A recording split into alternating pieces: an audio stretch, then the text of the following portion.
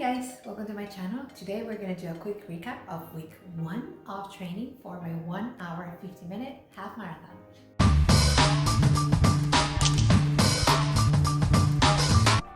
Hi guys, welcome to my channel. My name is Susie and this is I Run Things, and in today's video I am going to recap my first week of training for my 1 hour 50-minute half marathon. So if you want to find out more about the holistic training, you can go to the link that will be up here and find out the video in which I describe the training plan in depth. Also, before we move any further, there's been a couple questions that have been asked on my Disney World Marathon video about Run Disney in general. There's going to be a couple more videos coming up on this channel as well as on the Travel Black channel about Run Disney. So stick around for more videos. I will put them in the playlist about Run Disney that will be linked below.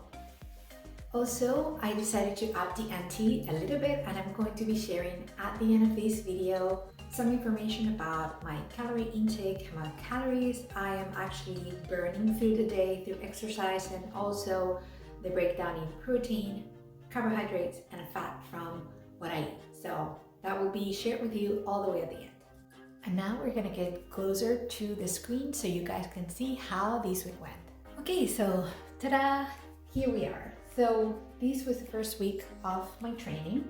I have decided that I'm gonna put in green all the workout that went as prescribed. If they didn't go as prescribed, I will put them in orange, and if I miss them, I will put them in red. So hopefully we have a ton of green at the end of the day when all is said and done. Not a lot of orange and no reds. That's how I have decided to keep myself in track through color coding. I think color coding helps a lot. So over Thursday the 20th, I had 5 miles easy. I did them on the treadmill.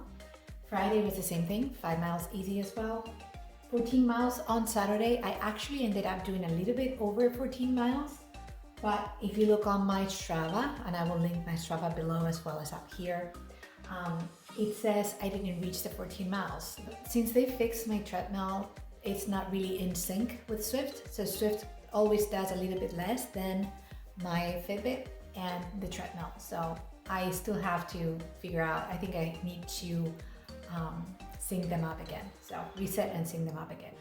But hopefully I can fix it. If not, the Zwift is always going to say that I've done a little bit less than my treadmill and my Fitbit. Yesterday, I did 5 miles easy on the treadmill again, and I did 45 minutes of strength training, of which I'm extremely happy with. Actually a little bit sore today. I'm filming this Monday morning, early Monday morning.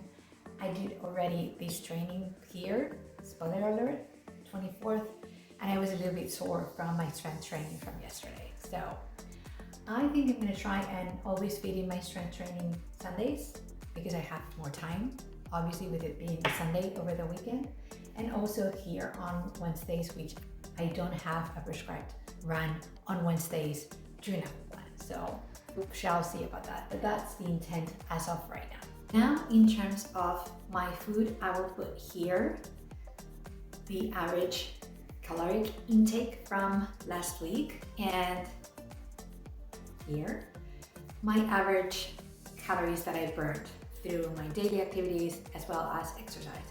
I'm kind of a petite thing, so I mean there's definitely people who are smaller than I am, but I am kind of smaller.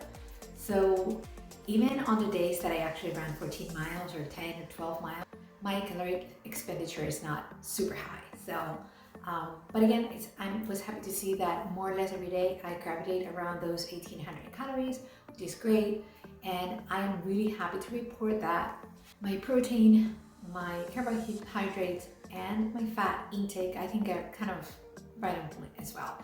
I don't eat a lot of fat, which is interesting. I thought when I started logging that that the system would throw back at me an inordinate amount of fat calories, but it's not the case.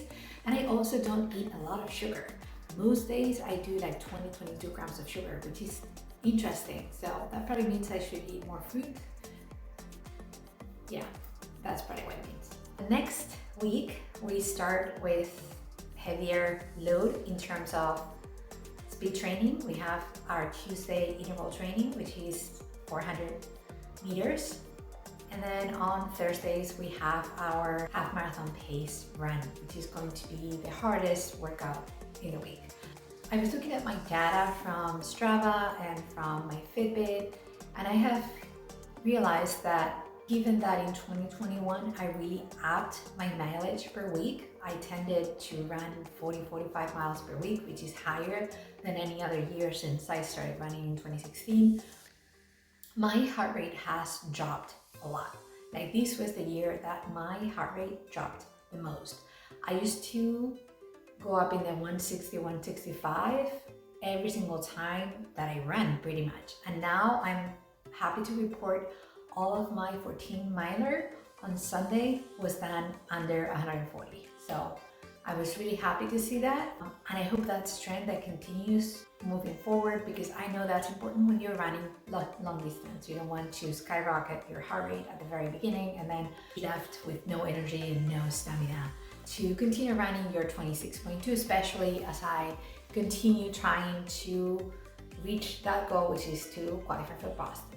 So any questions, comments, leave them below. I hope you enjoyed this video. I hope you follow me on my journey to run a half marathon in 1 hour 50. And as always, run fearlessly, guys.